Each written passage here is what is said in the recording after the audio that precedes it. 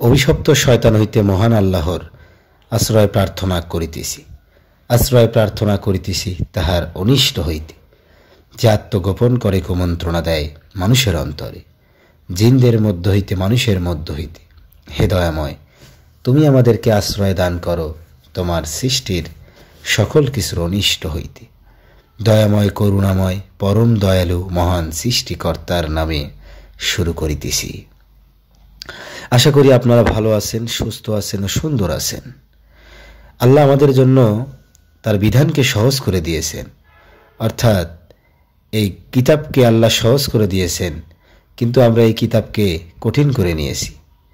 আল্লাহ সহজের কথা বলেছেন সূরা কামার আয়াত 17, 22, 32 এবং 40 নম্বর আয়াতে। 54 নম্বর সূরার একই জায়গায় 4টা কথা আল্লাহ বলেছেন, একই কথায় 4 জায়গায় বলেছেন আমি কোরআনকে সহজ করে দিয়েছি। আর আজকে আমাদেরকে কোরআন কঠিন করে তোলানো হয়েছে, কঠিনভাবে বোঝানো হয়েছে। সেটা কারা বুঝিয়েছে? আমরা যাদের কাছে কোরআন শিখতে যাই, যাদের কাছে কোরআন সম্পর্কে জ্ঞান অর্জন করতে চাই, যাদের কাছে ধর্মের শিক্ষা চাই, তারাই আমাদেরকে এ কোরআন থেকে দূরে সরিয়ে রেখেছে। আমরা যদি প্রত্যেক ব্যক্তি নিজ নিজ ভাষায় বুঝে বুঝে কোরআনটা পড়তাম, তাহলে অবশ্যই প্রকৃত সত্য জানতে পারতাম। আমরা কোরআন পড়ি না, তাই বুঝতেও পারি না, সত্যও জানতে পারি না।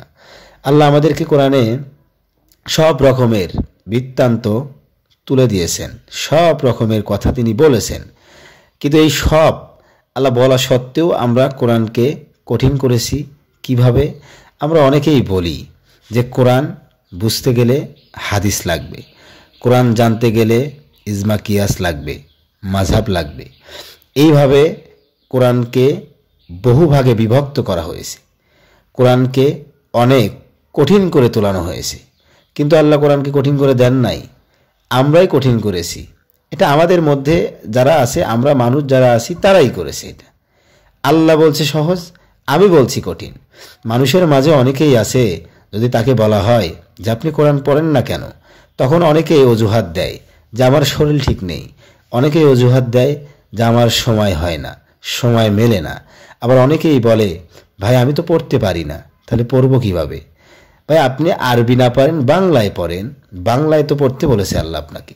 কেননা আল্লাহ সূরা ইব্রাহিমের 4 নম্বর আয়াতেই বলেছেন।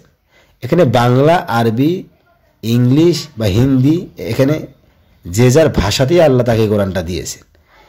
অর্থাৎ বলা হয়েছে আমি প্রত্যেক রাসূলকেই তার সহজাতির ভাষাভাষী করিয়াই রাসূল পাঠাইয়াছি।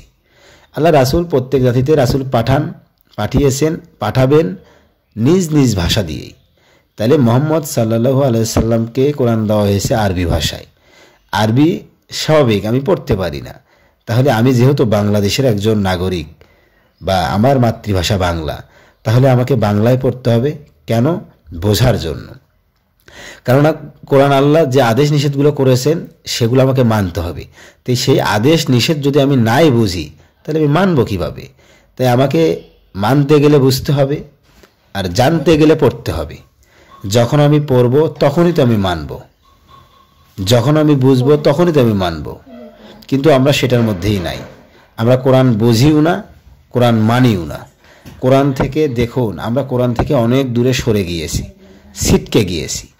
সত্য কথা বলতে কোরআন যা বলে আমরা তা বলি না, কোরআন যা করতে আদেশ দেয় সেই আদেশ আমরা মানি না।